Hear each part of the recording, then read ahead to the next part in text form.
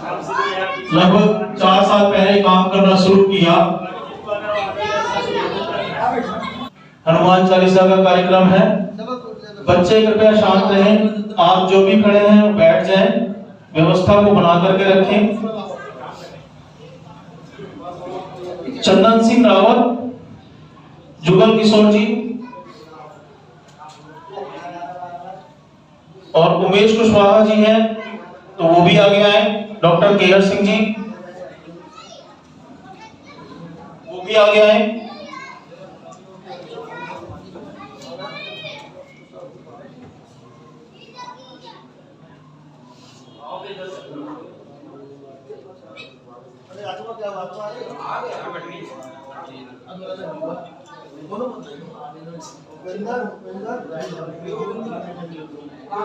मनोज कुमार जी जो मंदिर की व्यवस्था को देखते हैं। ऐसा बड़े भाई विनोद नागर जी आपको बताएंगे कि धर्म रक्षा समिति को बनाने की आवश्यकता क्यों पड़ी और इसने कैसे कैसे काम किया है। इसको विस्तार पूर्वक हमारे बड़े भाई विनोद नागर जी बताएंगे आपसे।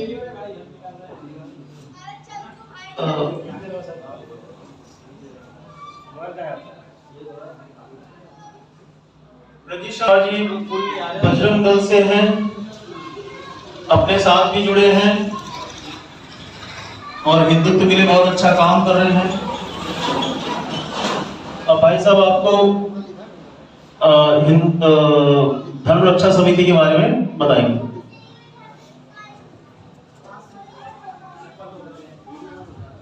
आज इस पवित्र प्रांगण में हमारे बीच में हमारे बड़े भाई महावीर जी भी आए हुए हैं। मैं कहूँगा एक बार पटका देकर उनका स्वागत करें।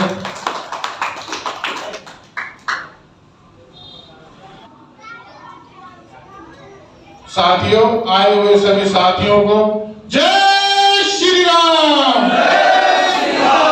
जयकारा वीर बजरंगी। जयकारा वीर बजरंगी।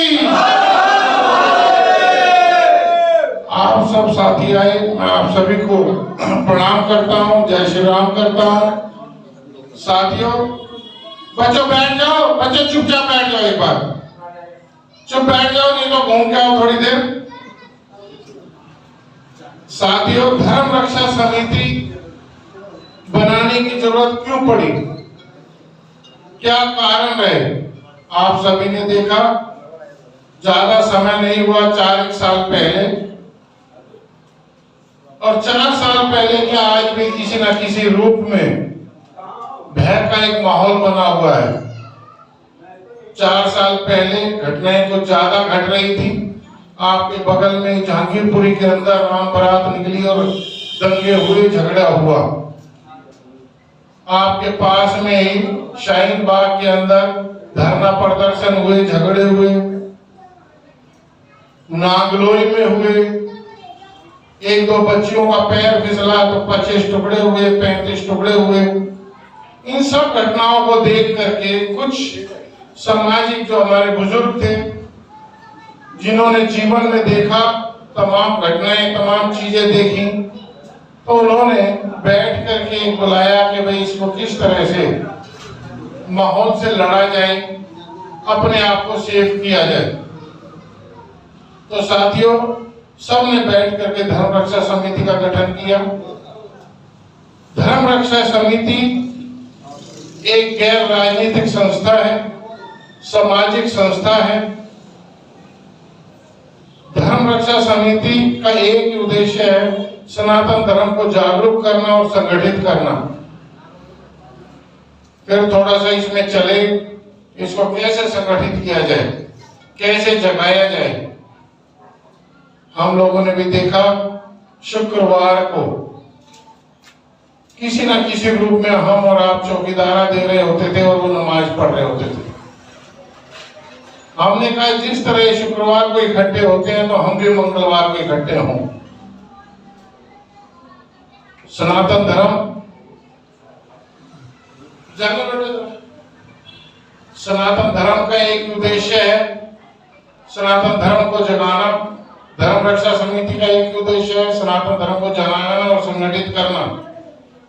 इसी को लेकर के हम लोग चले और सामूहिक हनुमान चालीसा का आयोजन शुरू किया तमाम मंदिरों में गए। जैसे आज इस पवित्र प्रांगण में हम बैठे हैं मंदिर में, समिति से मिले, समिति और सब जो संगठन से जुड़े थे सबने मिलकर सामूहिक हनुमान चालीसा शुरू किया।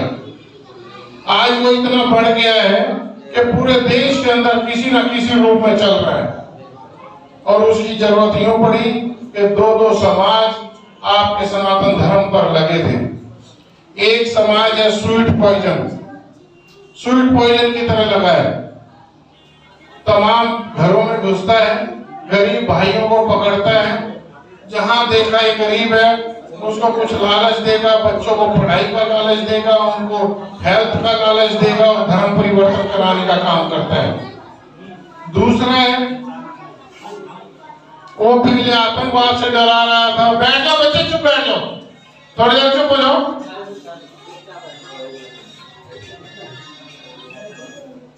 कुछ समय पहले वो आतंकवाद से डरा रहा था, फिर लव जिहाद चला रहा था, फिर धर्म परिवर्तन करा रहा था।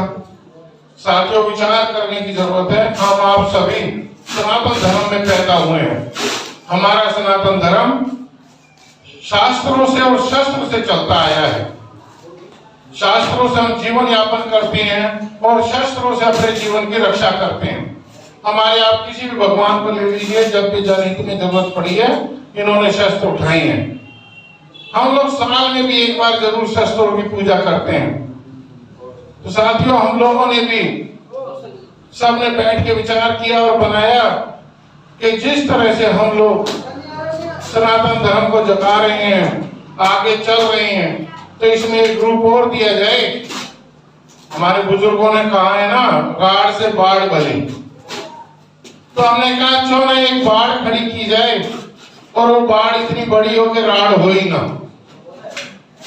इसका एक बहुत बड़ा कारण है कि जो सामने है, जो आतंकवाद से डरा रहा है, शस्त्र से डरा रहा है, वो सिर्फ एक दीवार पूज रहा है, एक आले को पूजता है।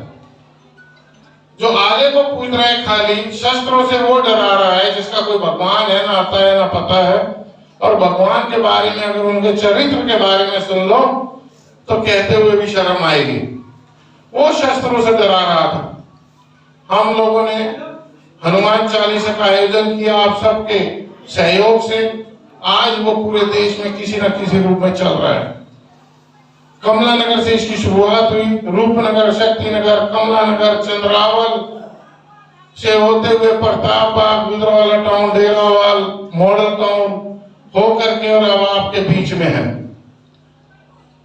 बुराड़ी के अंदर भी तकरीबन 25 प्रोग्राम हो चुके हैं। फिर इसमें हम लोगों ने चलाया कि शस्त्र ग्रहण कराया जाए। हर सनातनी के घर में एक शस्त्र होना चाहिए, जब समय पड़े सुरक्षा के लिए, नहीं तो साल में एक बार पूजन के लिए। शस्त्र ग्रहण प्रोग्राम चलाया, शस्त्र ग्रहण सबको कराया। आज आप भी उसमें इतनी बड़ी संख्या में भाग ले रहे हैं, शस्त्र ग्रहण करने आए हैं, मुझे देख करके बड़ी खुशी हो रही है। शस्त्र ग्रहण कराया और 450 से 500 तो महिलाओं ने, बहन बेटियों ने शस्त्र ग्रहण किए हैं और 1000 से ऊपर संख्या भाइयों की हो गई है। आपके अपने क्षेत्र के अंदर भी हम 300 क्रॉस कर गए हैं। एक जागरूकता आई, सब लोग जुड़ने लगे।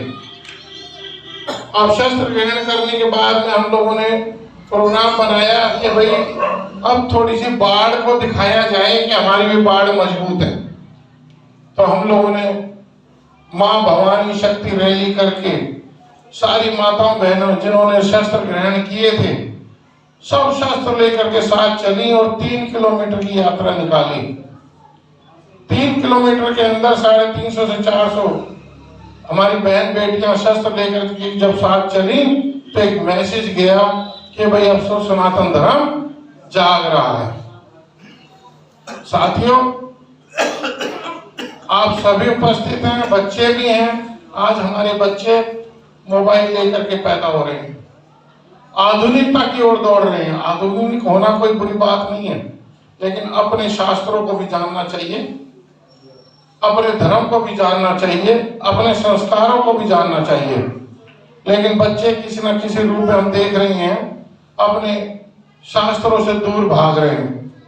मेरा आप सबसे आग्रह है, जैसे बुजुर्ग पहले कहते थे ना, शाम को घंटी बजी, अरे जा भाग के आरती लेके आ भाई। बच्चा जाता था, भाग के 1 रुपया चढ़ा के आता था, आरती लेके आता था। उसका फायदा था कि जो पंडित वहां पे आपकी पूजा कर रहा है, आपके नगर में बैठा है, वो भी भूखा ना सोए और धर्मार्थ भी घर तक आए।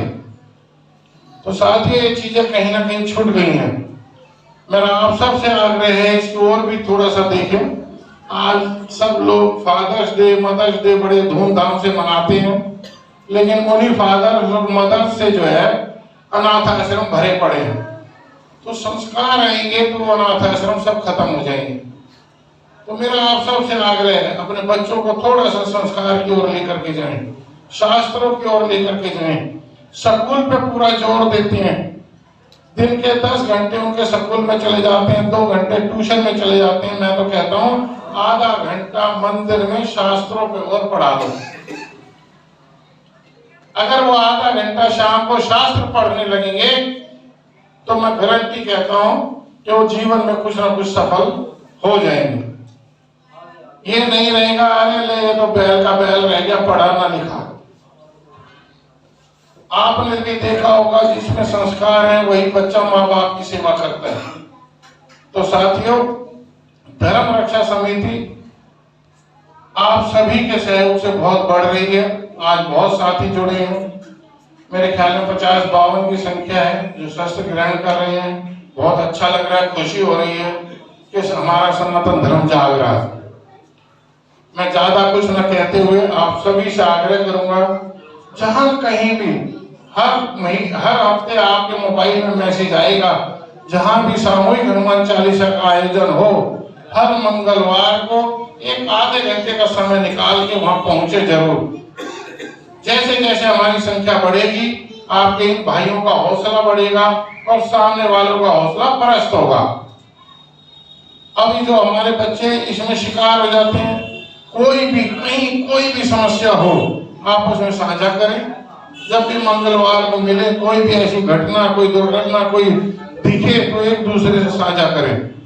जहां आप हम सब इकट्ठे हैं वहां कोई काम असंभव नहीं है, कोई समस्या का समाधान असंभव नहीं है। तो साथियों, आप सब ने समय दिया, मैं आपका सबको फिर से जय श्री राम कहता हूँ। साथियों, हमारे बीच में बड़े भाई महावीर जी हैं, पूरे देश में घूम रहे हैं, पूरे प्रांतों में घूम रहे हैं। मैं तो इनसे भी आग्रह करूंगा कि 2 मिनट का समय देके हम सबको बताएं कि किस तरह हमें किस राह पे चलना चाहिए, किस तरह से हमें आगे बढ़ना चाहिए, कौन कौन सी समस्याएं ऐसी हैं जो हम आप तो चलो सारा दिन कमाने खाने में लगे रहते हैं, बिजी रहते हैं, लेकिन ये तो उन चीजों को देख रहे हैं, तो हमें भी उससे अवगत कराएं कि क्या क्या समस्याएं आगे भविष्य में आने वाली है, जिसके प्रति हमें जागरूक होना चाहिए। तो मैं बड़े भाई महावीर जी से कहूंगा कि आए और 2 मिनट का अपना कीमती समय। साथियों, मेरा आप सबसे एक ही निवेदन है कि 5 मिनट के लिए फोन सब अपना रख दें। बहुत जरूरी बातें आपको बताएंगे, बहुत अच्छी बातें आपको बताएंगे। पूरे देश में आप हम घूम के उस चीज को जान नहीं सकते जो इन्होंने जाना है। तो मैं यही कहूंगा कि आप 5 मिनट के लिए एकदम शांत होकर के, बच्चे बैठ जाओ बेटा, बच्चे शांत रहें और 5 मिनट के लिए भाई साहब को समय दें।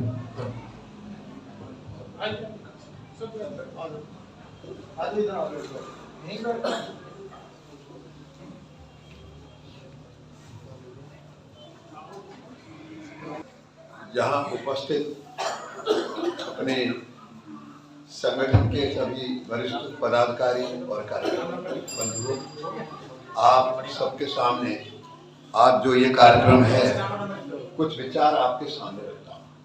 आप उनके ऊपर चिंतन करना, थोड़ा सा विचार करना।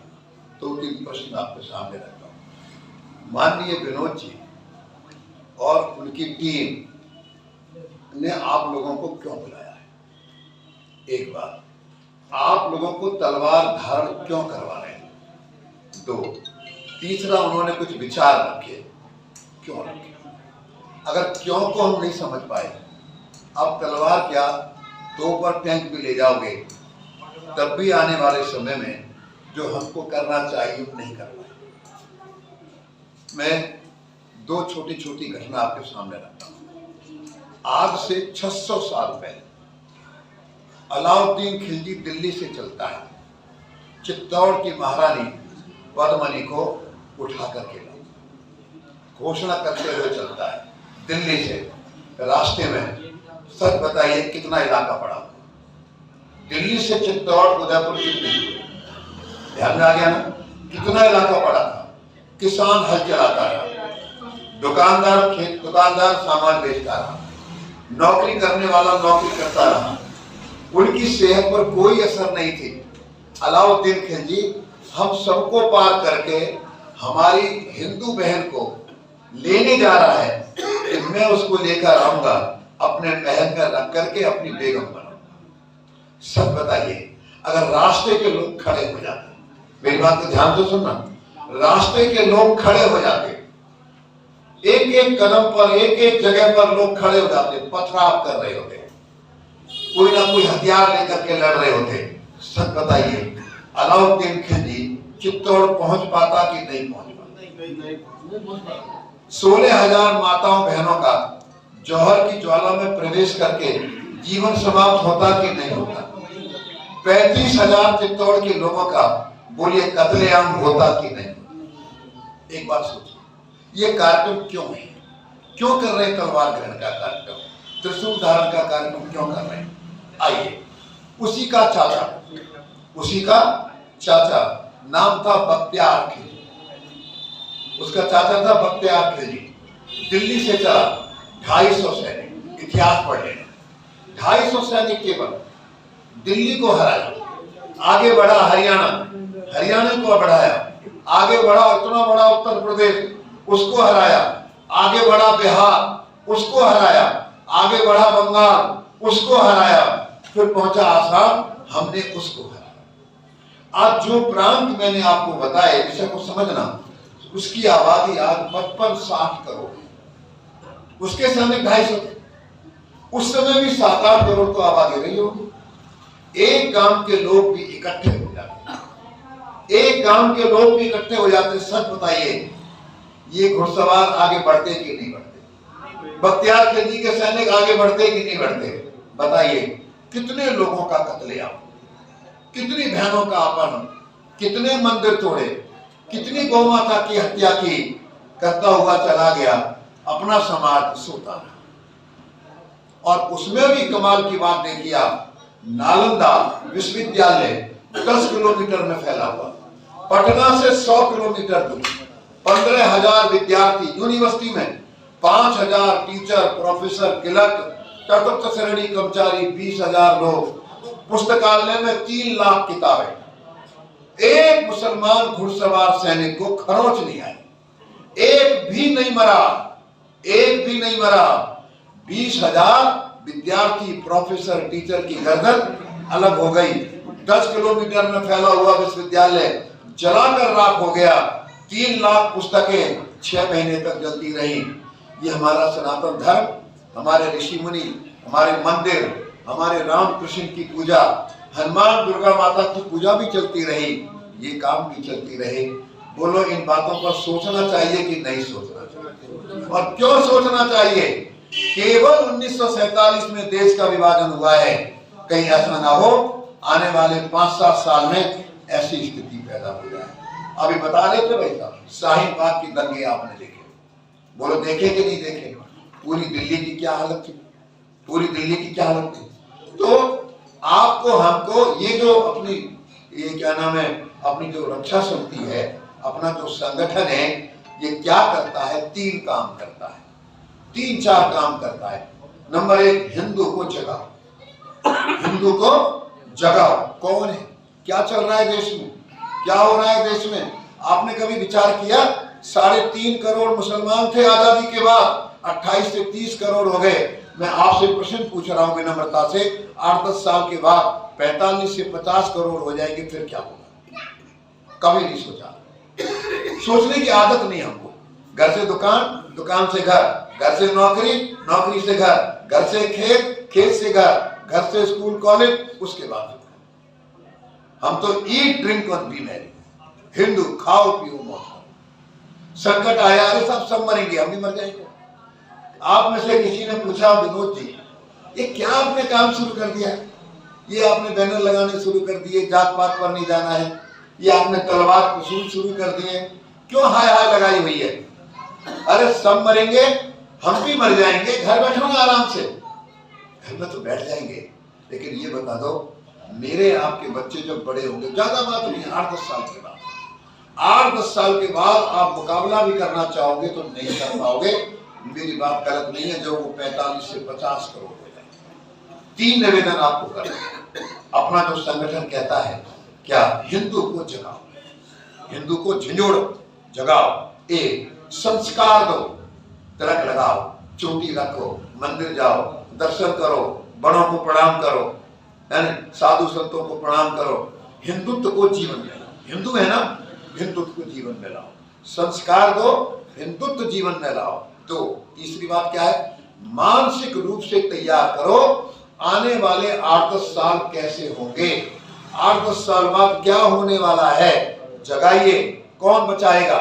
संगठन। हनुमान चालीसा हर मंगलवार को है संगठन, उनका शुक्रवार की नमाज, उसमें संगठन होता है।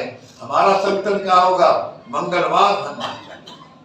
कौन ब्राह्मण है, कौन ठाकुर है, कौन पूजर है, कौन जाट है, कौन यादव है, एक साथ बैठेंगे, आरती सब करेंगे, हनुमान चालीसा सब बोलेंगे, जात पात की बात छोड़नी पड़ेगी। और दूसरा, हिंदू पर आघात हो। एक प्रश्न पूछूं आपसे, मैं विचार करिए, बांग्लादेश में क्या हुआ? सबको जानकारी है ना? सबको जानकारी है ना बांग्लादेश में क्या हुआ?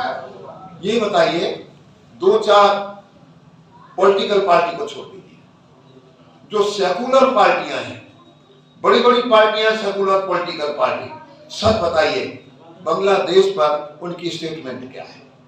संभल में सर्वे हो रहा है, बनारस में सर्वे हो रहा है, बोलो सब खिलाफ बोल रहे हैं कि नहीं बोल रहे हैं?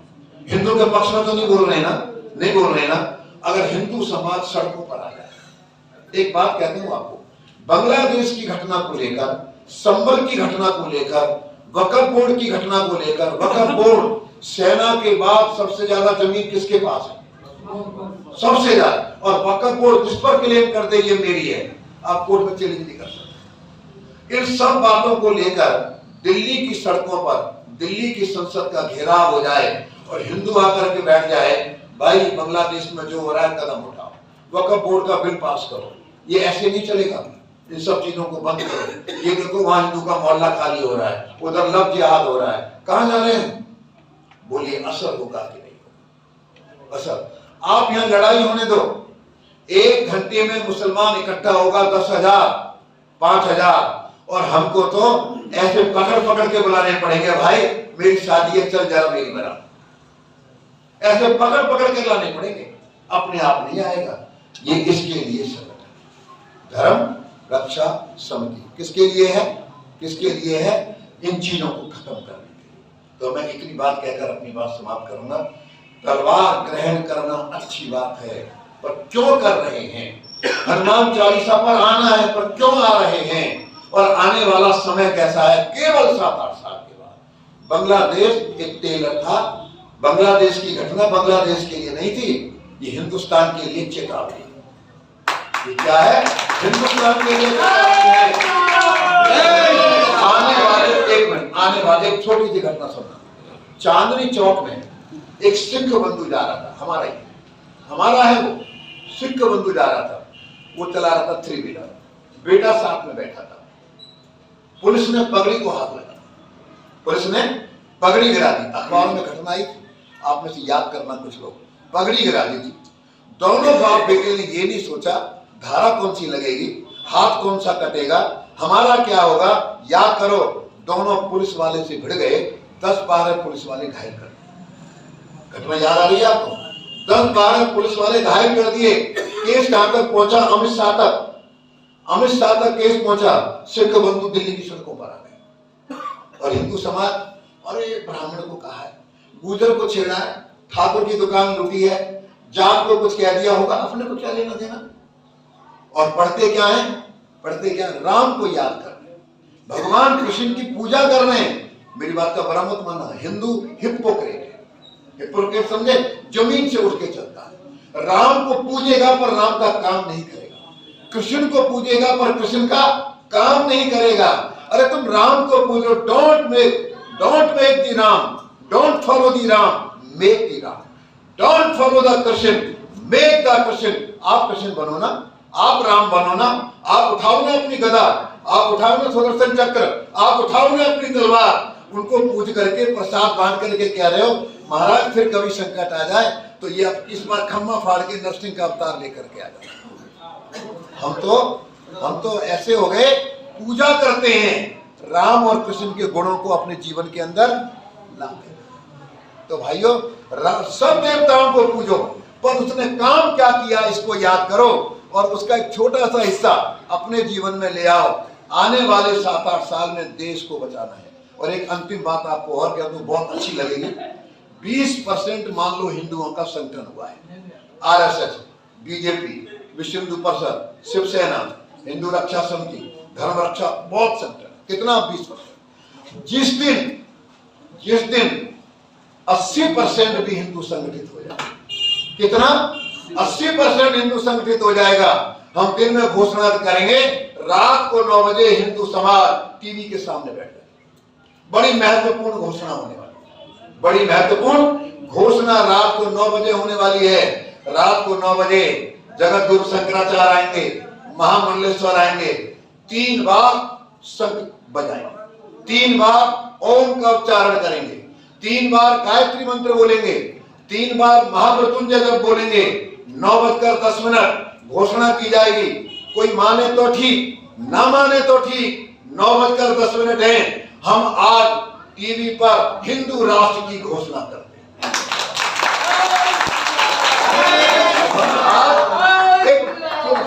हम आज हिंदू राष्ट्र की घोषणा करते हैं। कल लोकसभा राज्यसभा का ज्वाइंट सेशन होगा। भारत के संविधान में अमेंडमेंट करेंगे, संशोधन करेंगे। हिंदू राष्ट्र, तुम जितने भी मुसलमान ईसाई हो भारत में 37 करोड़, तुम्हारे सबके पूर्वज हिंदू थे। यत्र आए तत्र गच्छति, जहां से गए थे वहीं वापस आ जाइए। जो जिस जाति में से गया उस जाति में आ जाए। जितने मस्जिद, जितने चर्चे हैं, सब पर भगवा और सबके अंदर भगवान शिव बिठा देंगे। गोल पत्थर ला करके रामकृष्ण की मूर्ति तराश करके तैयार कर दी। एक को शुद्ध करने के लिए समय हमारे पास नहीं होगा। एंड ब्लॉक एक साथ, पर कब? जब 80% हिंदू इकट्ठा हो जाएगा, संगठित हो जाएगा। एक आवाज लगाई मनोज जी नागर ने तो इस तरह की सड़कें हजारों हिंदुओं से भर जाएंगी। केवल संगठन करके दिखा दो। इतनी समस्याओं का उन्होंने कहा ना कि भाई अगर ताकत खड़ी होगी कोई कुछ नहीं कर पाएगा। बोलिए, अगर 80% हिंदू इकट्ठा हो जाए, कोई संविधान में संशोधन करने से रोक पाएगा? हिंदू राष्ट्र करने से रोक पाएगा? सारे मस्जिद चर्चों को कोई हिंदू मंदिर में बदलने से रोक पाएगा? और जितने लोग चले गए 37 करोड़, अपनी अपनी जातियों में वापस आ जाओ। फारूक अब्दुल्ला, शेख अब्दुल्ला, उमर अब्दुल्ला, याद रखना तुम शासक ब्राह्मण थे, चलो वापस। इमरान खान पाकिस्तान के राष्ट्रपति प्रधानमंत्री जो रहे, तुम चेचन्या गुजर थे, याद रखना, हमारे में से गए थे। अयूब खान, तुम रोहतक के पास कलानौर के पवार राजपूत थे, चलो वापस। अंतुम रहमान अब्दुल्ले, तुम चले गए। तुम जो है ना कोंकण, तुम चित्पावन ब्राह्मण थे, चलो अपने धर्म में वापस। पर कब? जब ताकत, कब? जब ताकत होगी, जब संगठन होगा। याद करो महेंद्र सिंह जी डकैत ने जब कई लाख किसान दिल्ली में इकट्ठे हुए, कंट्रियां दे दी। एक तो हिंदुस्तान हिंदुओं का होना चाहिए। तो हमारा देश हिंदू राष्ट्र होना चाहिए। इसी को लेकर के बड़े भाई महावीर जी चले हैं और स्लोगन भी बहुत बढ़िया है। जात पात की करो विदाई, हिंदू हिंदू भाई भाई, जात पात की करो विदाई, हिंदू हिंदू भाई भाई, जय काला वीर बजरंगी।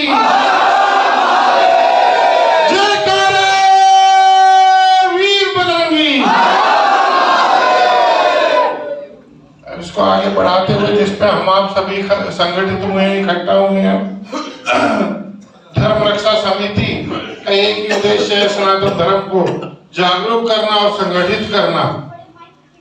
और ये सब चल रहा है हनुमान जी की कृपा से, भगवान की कृपा से, और बढ़ रहा है। तो आइए सब मिल करके सामूहिक हनुमान चालीसा का गुणगान करते हैं। सामूहिक हनुमान चालीसा।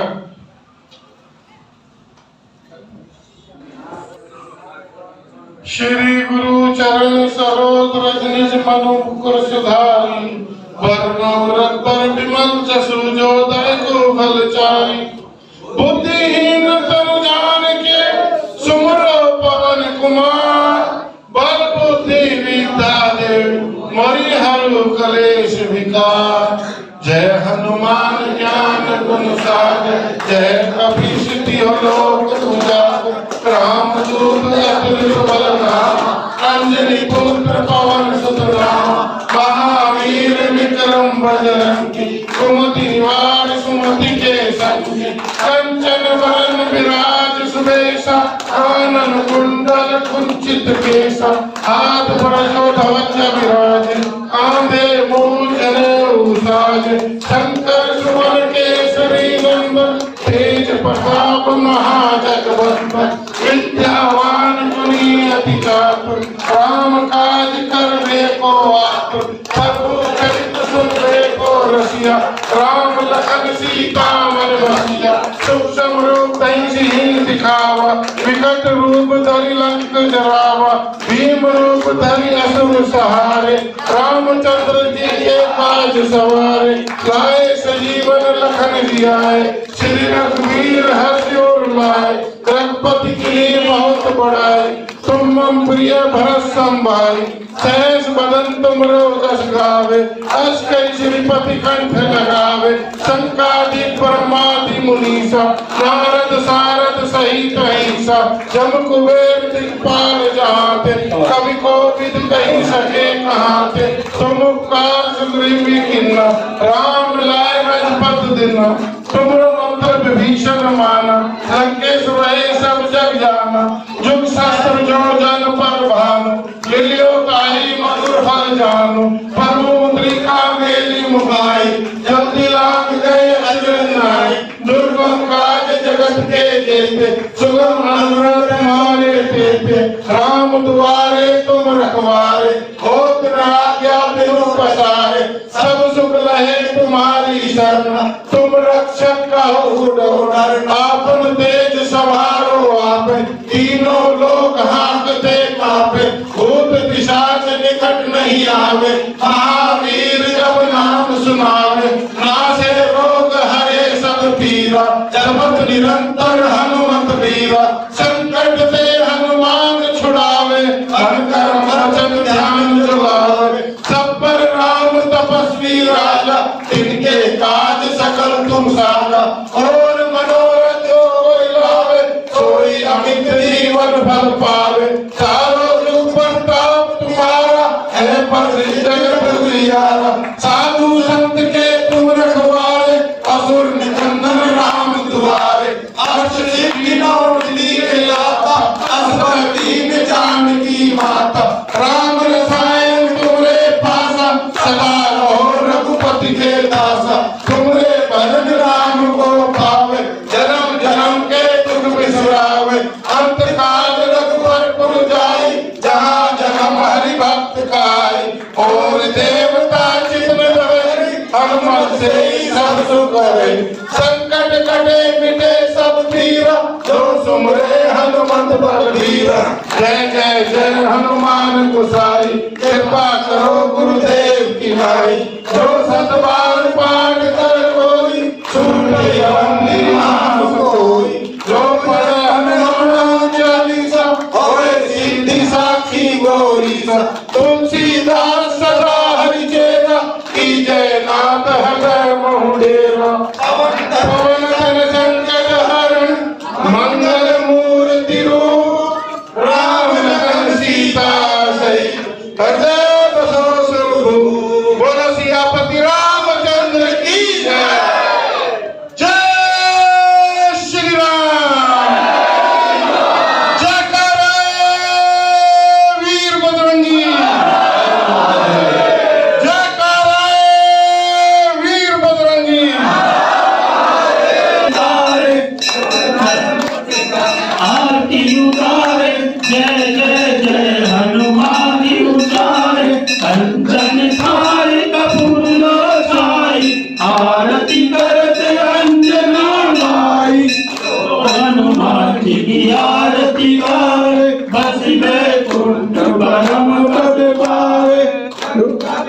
ये रघुराई तुलसीदास स्वामी की रति गाई, जो हनुमान की आरती गावे, वैकुंठ परम पद पावे।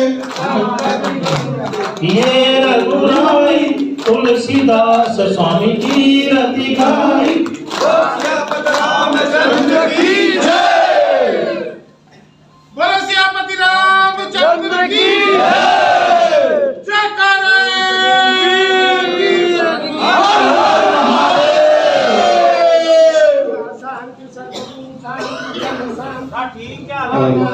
सभी साथी अपने अपने स्थान पर आरती ले लें। पंडित जी सबको आरती दे रहे हैं और सब अपने स्थान पर। ओम हरि ओम जय जगमय स्थान धर्मानि तमन सर्वहते हनाकम महिमान सतंत्र तत्त्वपर साधा संदेवाः ओम नाराधिराजा प्रहसाहि वलम मंत्रहीनम विद्याहीनम भक्तिहीनम जनार्दनम हट निकल निकल निकल। जय बोलिए श्री राधा रामचंद्र की लखन लाल की सुख हनुमान की सबदेव की रामैया की रामैया की भगवान की श्री महाराज की मैया की मैया की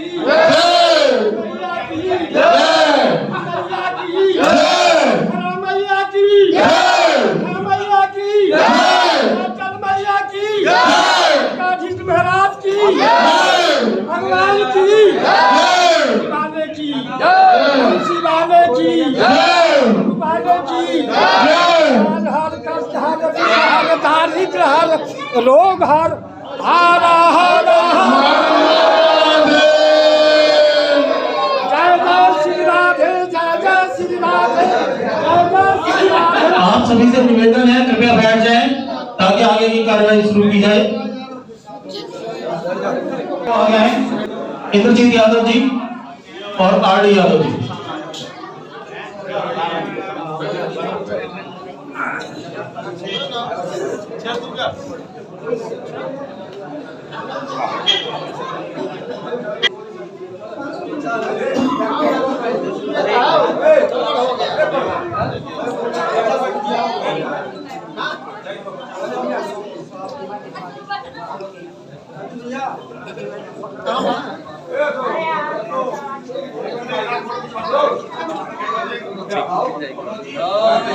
साथियों, आप सभी ने जिस जिस विशेष ग्रहण किया है, मैं आप सभी को शुभकामनाएं देता हूं और भगवान से प्रार्थना करता हूं जब भी जनहित में हो तभी ये इस्तेमाल हो। साथियों, अपना अपना सर्टिफिकेट हाथ में ले लें और पीछे एक शपथ है। शपथ में जैसे जैसे मैं बोलूंगा मेरे साथ बोलेंगे। मेरी शपथ मेरा संकल्प, मातृभूमि से बढ़कर कोई बात नहीं, हिंदू हूँ मैं, मेरी कोई जात नहीं। मैं अपना नाम लेना, मैं हिंदू आज इस पवित्र प्रांगण में माँ भवानी शस्त्र ग्रहण करते हुए यह संकल्प शपथ लेता हूँ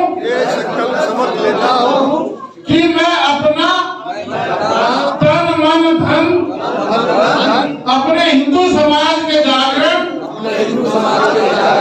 और संगठन इसके प्राचीन गौरव वैभव को पुनर्स्थापित करने में लगाऊंगा। मैं धर्म रक्षा समिति के माध्यम से चल रहे हिंदू समाज कल्याण के इस महाअभियान से जुड़कर अपने देश धर्म की रक्षा का संकल्प लेता हूँ। भारत माता की, भारत माता की। जय श्री राम। जात पात के ऐसे नाता तोड़ो भाई, हिंदू भाई भाई, जात पात की करो विदाई, जात पात की करो विदाई। धन्यवाद, आप सभी को बहुत बहुत शुभकामनाएं।